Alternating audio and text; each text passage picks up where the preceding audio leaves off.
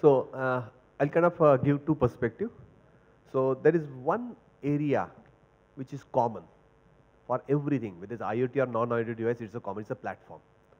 So, and then second is IoT specific. So if you look at IoT device, it is a sensor kind of interfacing with the motherboard basically, a processor and CPU there. And then there is a backend. What is the backend? Software backend. What are the backend areas? Three areas, right? Mobility for Android, connection basically for the data entry, data display and things like that. Big data to get all analytics based, all the data from the sensors, tabulated and recorded, so big data. And third is analytics. Okay.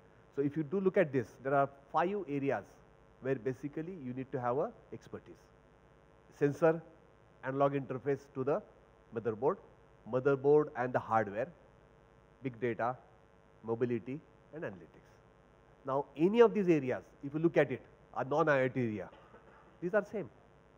Now how you can, depending on the application, so the IoT advantage comes from the application.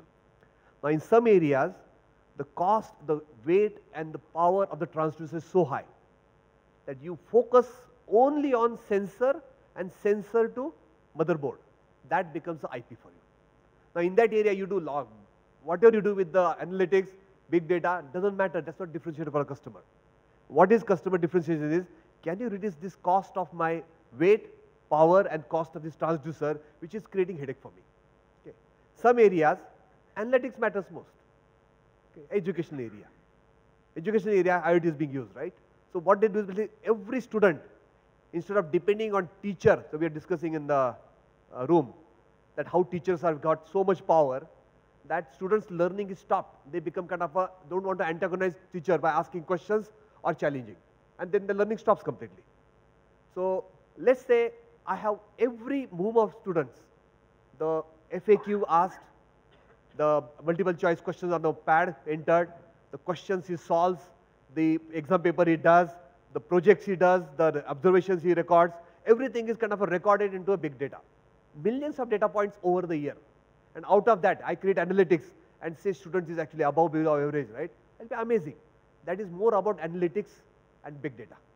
So depending on the application of IoT, you will figure out where the challenge is.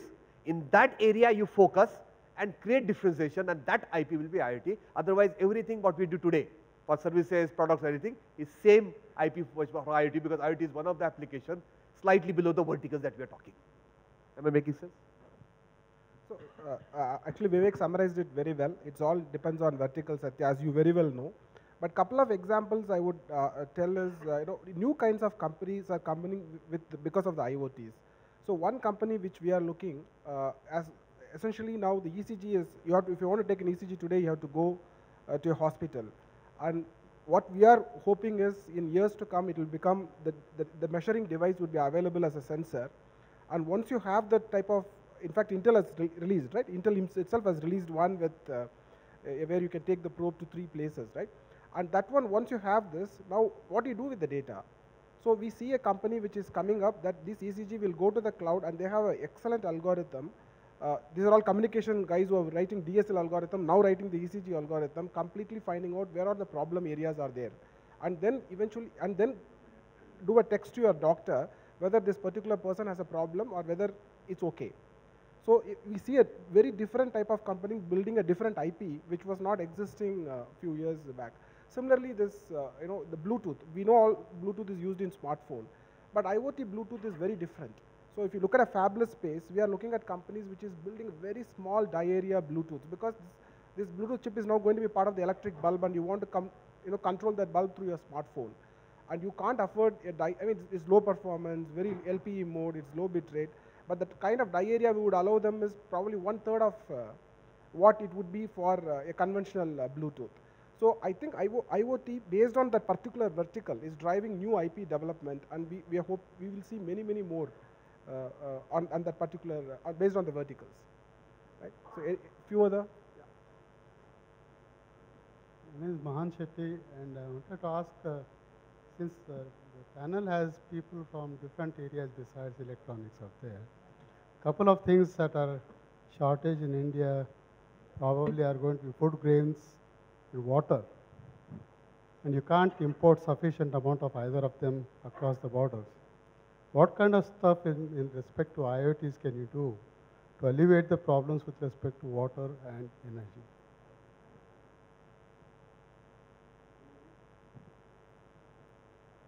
As usual, when Mahant asks a question, nobody can answer. So you have answer? Okay. So I don't know whether there is an IoT solution to water, but I know one of my very close friends has developed a technology where they can take any water source which is available in a local area in the rural areas of the country, and they've actually installed a bunch of these filters, and they can filter out pretty much all the germs and impurities, and they're delivering fresh water to a lot of people on the ground. They've already touched more than 5 lakh people through their devices, and on a daily basis they're delivering solutions to them. I was specifically asking for water, not necessarily drinking water. So generally we'll have a shortage of water for agriculture and things like that. Right. So right. just using the water in a efficient manner is more the requirement, I think. The drinking water is a different problem. Yeah. So I think the I think I understand, and there could be some very immediate responses to it. Is for example sensors which are directly connected to the exit sources of water, which record the consumption levels, record the behavior of people. All of these sensor taps and bunch of these devices, getting data from them and analyzing it to further improve the flow rates or things like that. A lot of those kind of things could be done, but probably it will be more, a lot of things in India will not start unless the consumers in India start becoming, more, bigger buyers of some of these technologies. I mean, if you were to do it probably in US, people will immediately lap up some of these technologies, but doing it in India, the regular middle class will basically not bother about investing in technology in their houses very, very easily, at least for the short time. That's a big problem. Yeah, maybe I think the panel has probably limited domain knowledge. We'll probably restrict to it and maybe ask specifically on electric vehicles and drones what IP if it is needed, or a generic question. Yeah. Yeah, I have a question. With continuation of clean water, actually our company have developed a product which can predict the type of bacteria, and using IoT it can give a complete report of the quality of water. Now our challenge is that normal people will never do this kind of analysis, and rich people will drink Bisleri. How can we sell this product to government directly? As your model, you sold your product directly to the government. So my end customer is going to be government of India or other countries where the bacteria outbreak can take place. I think the way we did it, I can just probably share that. I can't exactly know how you will be able to do it, but what we did was when we started off, we were trying to deliver obviously a very high technology solution, and currently people don't have bulletproof vests, and ahead of those kind of programs, the country is actually adopting UAVs in their operations. So that, and the way it happened was because one, it was extremely and genuinely easy for them to use it on the ground. So that became one of the biggest drivers, that can we make it autonomous so that when the user sees my demonstration, he actually feels that his Jawan can do it and there is nothing more to it. So that became the most important factor for us, and doing those demonstrations helped in selling the product. The other thing which was very important for us was creating credibility. When we started off, we were sort of greenhorns. We had all black hair. I have a couple of white now, but at that time nobody would take us seriously. So getting a bunch of slightly more senior people on board, making sure that you appear senior enough, and people in the government basically value a little bit of that seniority. It's incredible how that happens, but you have to sort of, so like sir was saying that there is a lot of not just IP in doing technology, but there is IP a little bit in the business side as well. So you have to do that, and to increase that credibility, we tied up with a bunch of government labs, and those government labs helped us create a lot of credibility, not just on the technology part of it, but also on the fact that our pricing was reasonable. So, you know, one of the biggest issues with the government is with any new technology, they have no locus of the pricing of that product, and that becomes a big problem for them to induct it in their, you know, in the pipeline. And if you can get something on board to verify your pricing, to establish a standard which they can trust, then probably induction will become easier, and you can start off with pilots, and then eventually, if the pilots are successful, rest assured the government, at least my experience has been that is genuinely interested in inducting more and more technologies that can make their lives easier, can actually prevent people from you know, falling sick or whatever it is. I mean, the intent at least some basic level is there, but it will take a lot of hoops for you to jump before you get to that particular place of deploying it at scale. Okay, so I just have some tips for you. Not my experience, but experience of the other incubating company I have been working with in Hubli region. Working with government, there are 80% of the products what government needs can be done by anybody. Don't even jump into that. You are screwed. I'm making extra statement, but let me kind of make it extreme statement. Because even if you do a product which can be done by somebody, but you are first time, they will buy from you 10 products. The manager will buy 10 products from 10 entrepreneurs like you. Then they'll figure out which one is working out of 10, one guy, ask him to give 50 products. And by that time, that product volume would have been maybe hundreds of thousands of products are required.